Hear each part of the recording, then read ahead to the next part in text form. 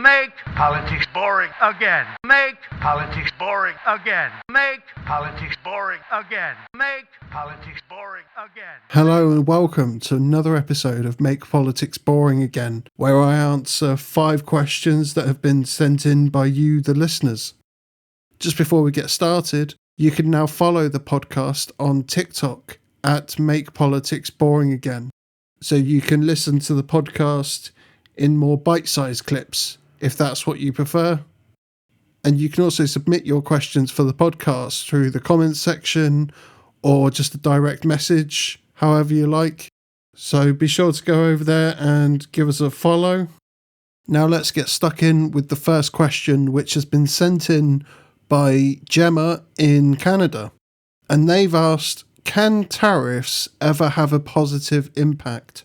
So yeah, they can, but only when they're used strategically. So for example, many countries in the global south have tried imposing tariffs in the past to protect their domestic industries and reduce their reliance on larger Western economies. But these policies tend to be met with aggressive retaliation by the larger countries. And we're actually seeing this play out right now with Trump's new tariffs on Canada. So for those who haven't been keeping up with this story in particular, Trump recently placed 25% tariffs on Canadian exports, specifically on lumber, steel and dairy, claiming that these tariffs will protect American jobs. But actually the reality is the opposite, because tariffs aren't paid by the country they target. They're paid by companies in the country that's imposing those tariffs.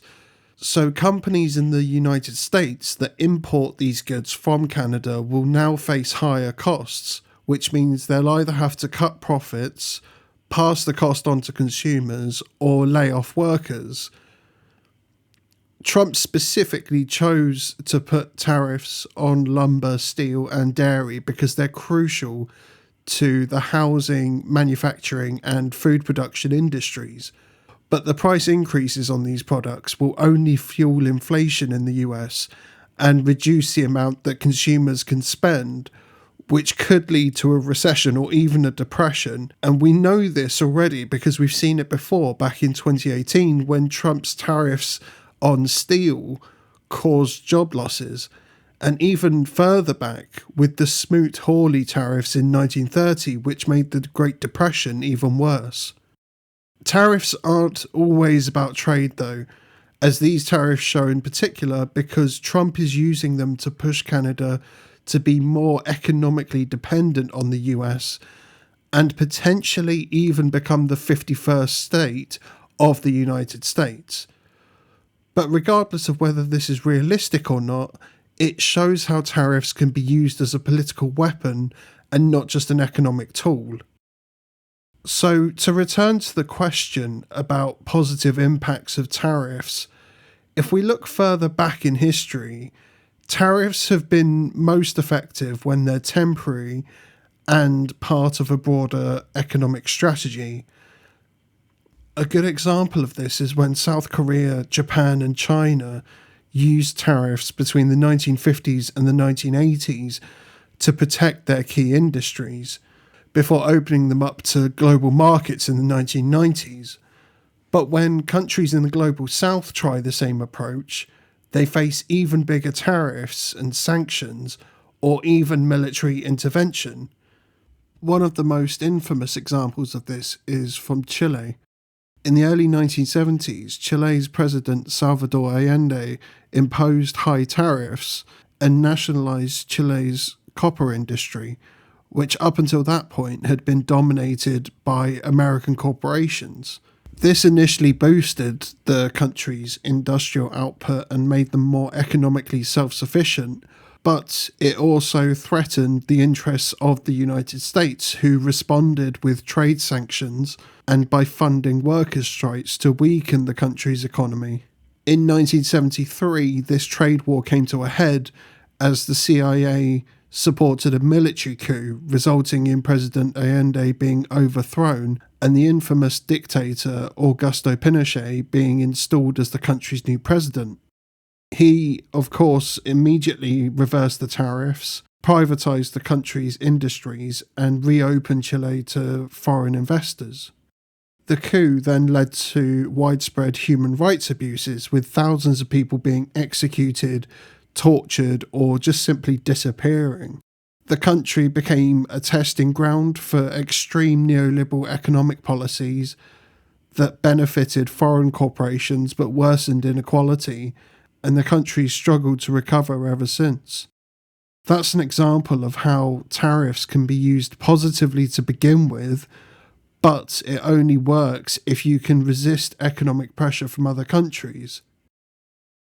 For a more modern example, we can look at India, with its Make in India initiative, where Prime Minister Narendra Modi raised tariffs on electronics and solar panels to boost its domestic manufacturing.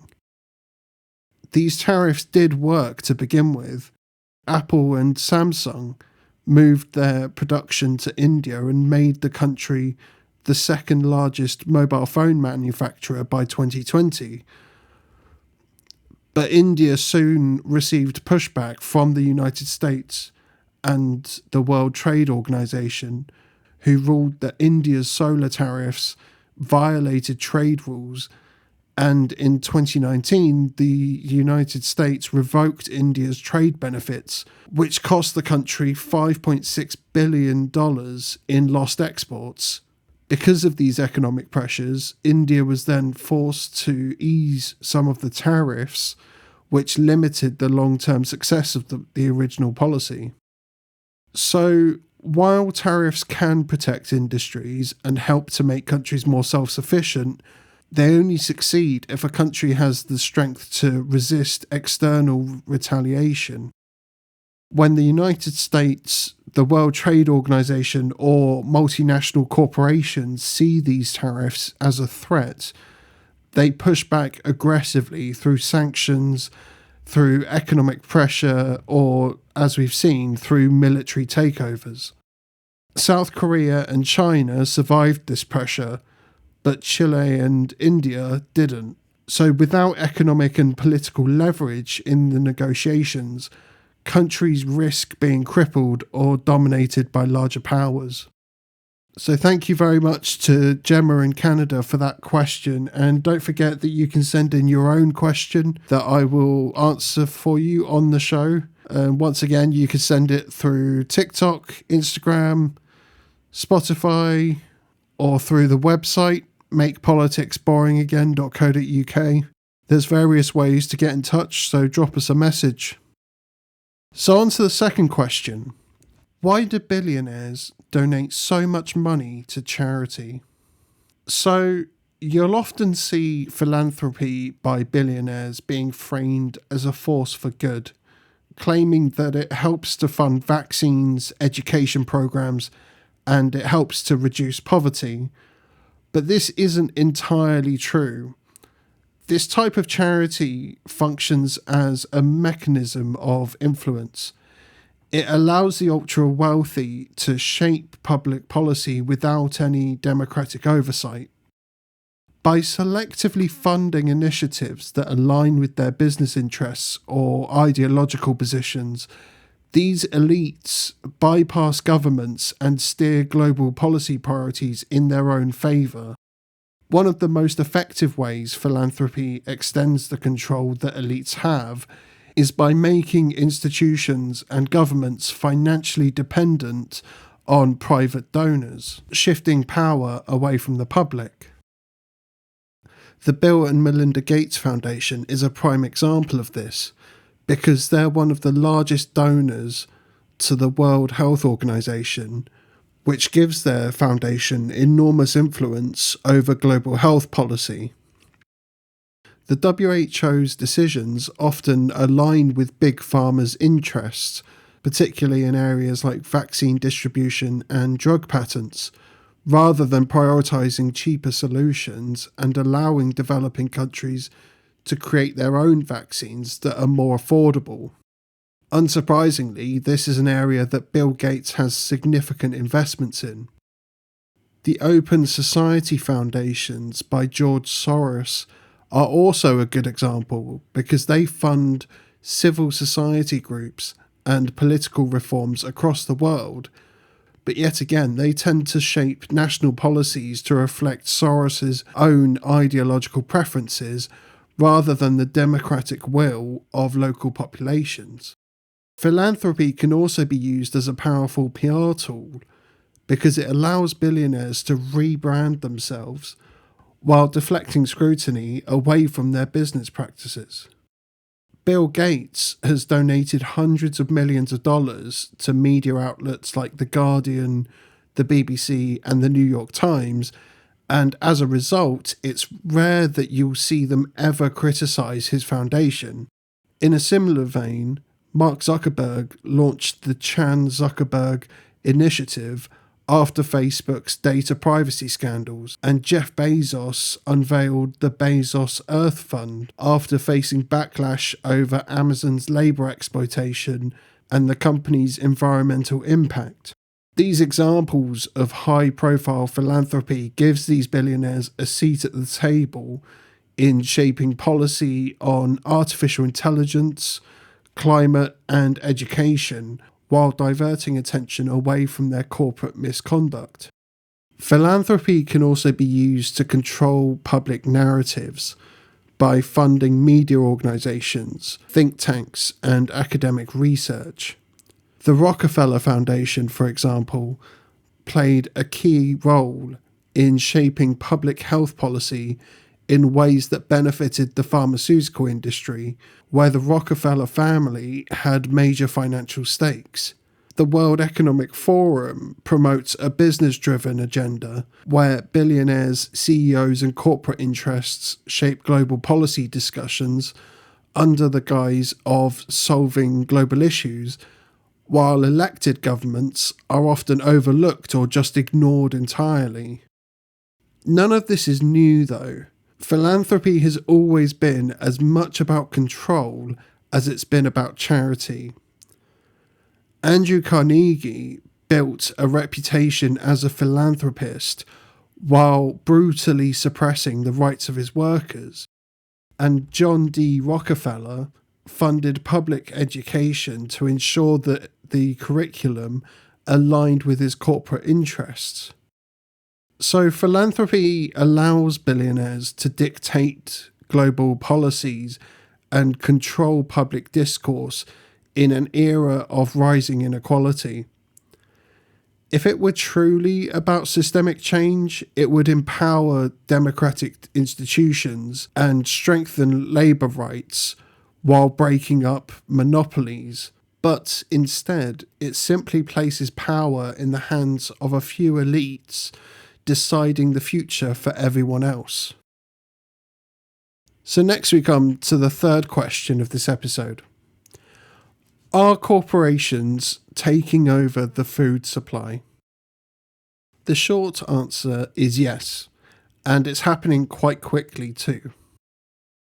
Control over farmland, food production and distribution is being concentrated in fewer and fewer hands and making entire populations dependent on corporations. The food system is now dominated by a dangerous combination of billionaires, multinational agribusinesses, and global institutions, while small farms and even governments are losing control over their food security. A large component of this takeover is the mass purchase of farmland by billionaires and corporate investors. And once again, a prime example of this is Bill Gates, who is now the largest private owner of United States farmland. He currently holds over 270,000 acres. He claims that this is about sustainable farming, but it can also be seen as part of a push to centralise food production under corporate control by making land too expensive for small farmers, so he and other billionaires can buy it up and lease it to corporations that control food production. This trend isn't limited to the United States either. In the UK, private investors and corporations are buying up farmland And across Brazil, Argentina, and Africa, agribusiness giants are displacing small farmers and indigenous communities. Once these corporations dominate land ownership, independent farming is squeezed out entirely, and food production shifts towards industrial scale operations that prioritize profit over sustainability. This will only lead to more ultra-processed food being produced through methods that increase the amount of damage we're doing to the climate. At the same time, corporations and institutions like the World Economic Forum and the United Nations are pushing lab-grown and genetically modified foods as the future of food, claiming that they will make the industry more sustainable.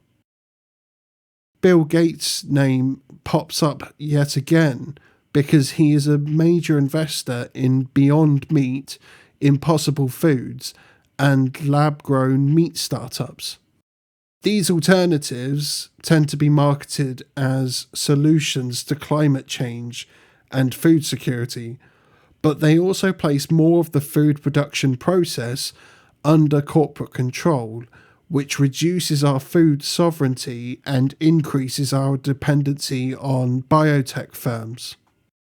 Traditional farming is already being phased out by a combination of increasingly strict regulations, economic pressure from higher taxes, and corporate-backed environmental policies.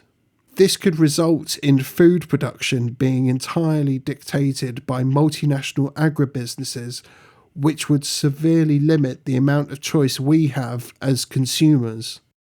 A slightly more niche area of this issue that isn't discussed so often is the corporate monopoly on seeds, fertilizers, and distribution, which are the absolute lifeblood of the agriculture industry. The global seed supply is mostly controlled by just 3 agribusiness giants, Bayer, Cargill, and Syngenta. They've essentially formed a cartel which forces farmers into cycles of dependency because, unlike traditional farming, where seeds can be saved and replanted, these companies have patented genetically modified seeds that must be purchased every season, so they're guaranteed ongoing profits at the expense of the farmers. The food retail market is just as centralised because it's largely controlled by just 4 companies that you'll probably know very well already: Nestle, PepsiCo, Unilever, and Coca-Cola. These 4 control over half of the global food and beverage industry. On top of this, supermarkets and online retailers are taking greater control over the supply chain by buying up suppliers, partnering with food producers, and using centralized distribution hubs.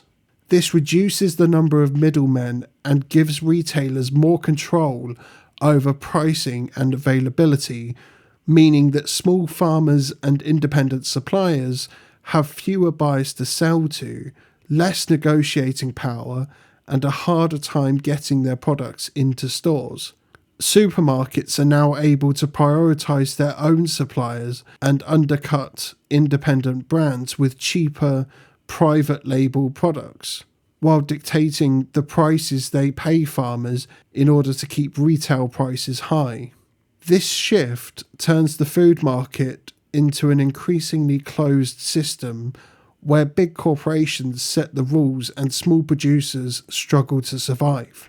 By controlling the market of seeds, fertilizers, and farmland, while also controlling the distribution, supermarket shelves, and processed food brands, corporations are now able to dictate what is grown, how it's produced, and who profits from it. So it's quite clear by now that this is about power and dependency as much as it's about profits. When small farmers are pushed out of the food supply chain, the population becomes dependent on corporate food systems, making them vulnerable to price manipulation, supply chain disruptions, and even engineered scarcity.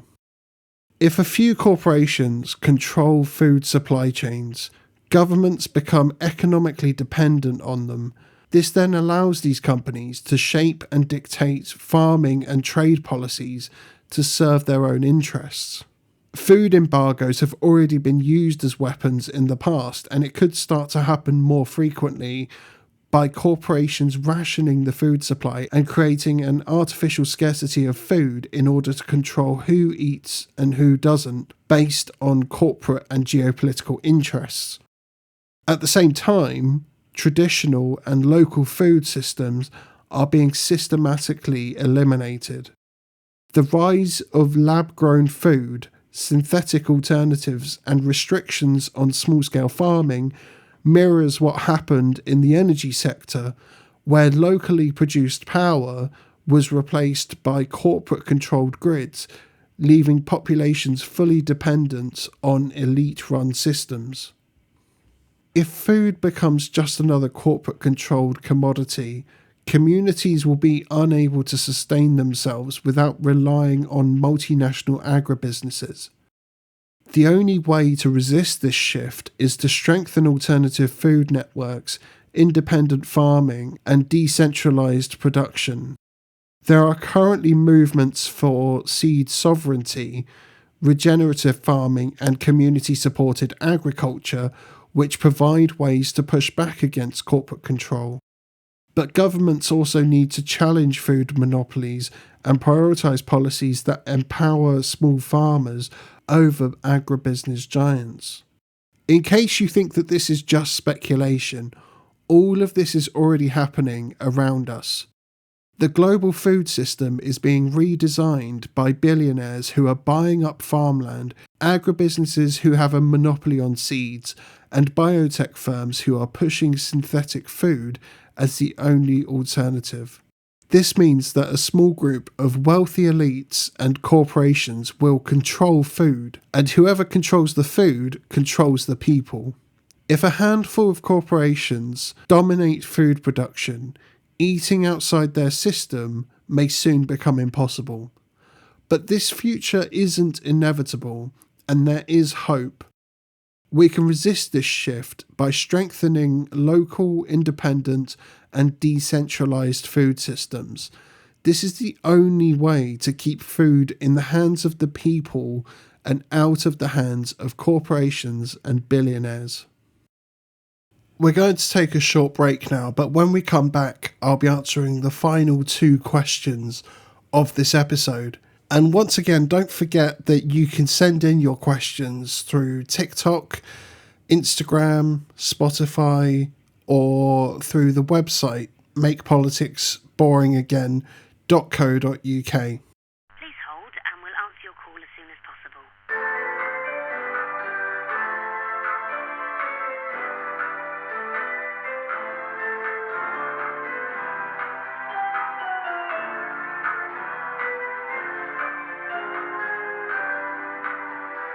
Make politics boring again. Make politics boring again.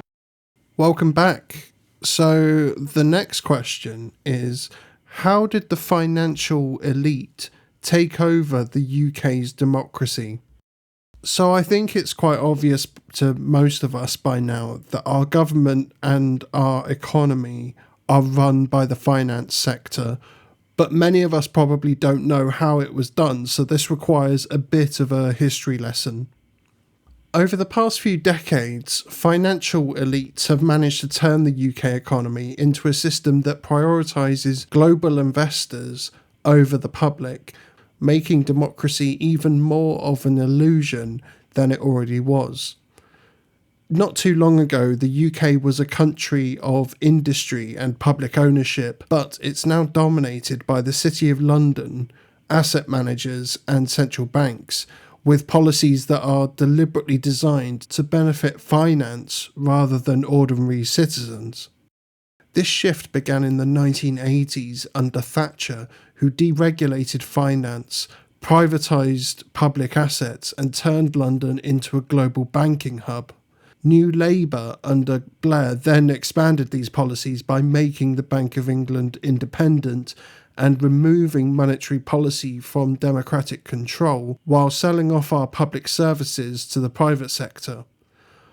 By the 2000s, London had become a tax haven for oligarchs, while hedge funds and private equity firms gained more and more influence over government policy.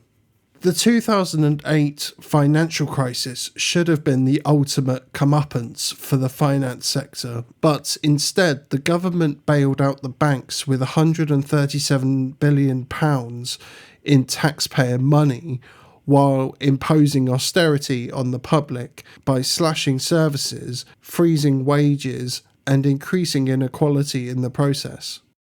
Quantitative easing pumped £895 billion into financial markets, which inflated asset prices and made the rich even richer. It was the perfect outcome for the wealthy, as they got to keep all the profits while the public were left with the losses. By the 2010s, global asset managers like BlackRock, Vanguard and State Street controlled major stakes in UK corporations, and foreign investors bought up infrastructure, utilities and housing, turning homes into investment assets rather than places to live. Then, of course, came Brexit in 2016, which was marketed as taking back control, but in reality, it just ended up giving more control to the financial sector through deregulation. The COVID-19 crisis accelerated this financial takeover as the government handed out multiple stimulus packages which largely benefited corporations and banks, while small businesses were left to collapse. The economic result of the pandemic was inflation and interest rate hikes that pushed millions of people into financial hardship and relying on food banks. Today, the UK is essentially a financial playground for global capital. The City of London dictates economic policy, while BlackRock and private equity firms own major stakes in British corporations and have turned them into tools for wealth extraction. The housing market serves billionaires over families, while the Bank of England ensures financial stability for the elite. Public services are underfunded, but banks always get bailouts. Until this system is challenged, democracy in the UK will continue to remain an illusion, because real power lies with an unelected financial elite that has rigged the economy in their favour. And so to the final question of this episode. Is social justice activism being controlled by elites and corporations? So, social justice activism does often start as a grassroots movement that has genuine demands for change, but it quite frequently gets hijacked by corporate and elite interests who want to control the narrative. Instead of challenging power structures, activism is often redirected to serve the very institutions it claims to oppose, while being funded by them too. Corporations, financial institutions, and intelligence agencies all endorse certain causes while suppressing others, as a way to turn activism into a tool for control rather than transformation. Activist movements that directly threaten elite power are either ignored or crushed, while those that can be reshaped into corporate-friendly narratives are promoted and manipulated. Identity-based activism, such as diversity, equity, and inclusion initiatives, DEI, receives overwhelming corporate and media support, while working class struggles, labour organising, and anti-capitalist movements are sidelined or actively repressed. Black Lives Matter, for example, received millions in corporate donations and widespread media coverage, while union movements and anti-globalization protests, which challenge corporate power directly, are usually ignored or discredited. The climate movement has also been steered towards corporate-friendly carbon credit schemes that allow polluters to profit while avoiding the need to take any real environmental action. Movements that align with elite interests often receive funding from organisations backed by billionaires like the Ford Foundation and George Soros's Open Society Foundations, which I mentioned earlier in the podcast. Mainstream media also plays its part by amplifying identity politics as part of the culture war while ignoring real-life class struggles. This ensures that activism remains symbolic rather than transformative. The intelligence community, once known for suppressing grassroots activism, now actively promotes state-approved social justice narratives. The FBI and CIA historically undermined civil rights leaders and labour unions, but have now come to champion DEI initiatives while labelling anti-capitalist activists and environmental protesters as domestic threats. Until Trump got back into the White House, even the US military used diversity initiatives in recruitment because it reinforces a version of activism that legitimizes state power rather than challenging it. The clearest sign of engineered activism is in the corporate world with their overly enthusiastic adoption of social justice messaging. Companies like Nike, Goldman Sachs, and JP Morgan publicly support progressive causes while continuing to exploit their workers and actively lobbying against economic reforms. This quote-unquote woke capitalism is simply another branding strategy for corporations to push progressive messaging to distract from their role in the concentration of wealth and their monopolization of our daily lives. Nike runs ads about racial justice while using sweatshop labour. Goldman Sachs promotes gender equality while profiting from policies that widen economic inequality. Amazon endorses LGBTQ+ rights while engaging in union-busting tactics and suppressing the rights of their workers. Corporate support for activism is not about change. It's about controlling the narrative and preventing real change. Identity politics is important, and identity-based struggles are very real, but the various movements are frequently hijacked by institutions and corporations, diverting public frustration away from economic inequality and corporate exploitation.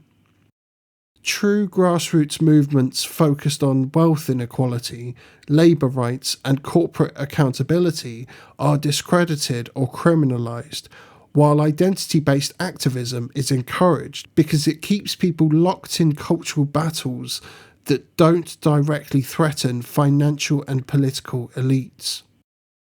Media outlets amplify culture wars. Big tech promotes quote-unquote acceptable activism, and corporations adopt diversity initiatives, all while economic inequality worsens.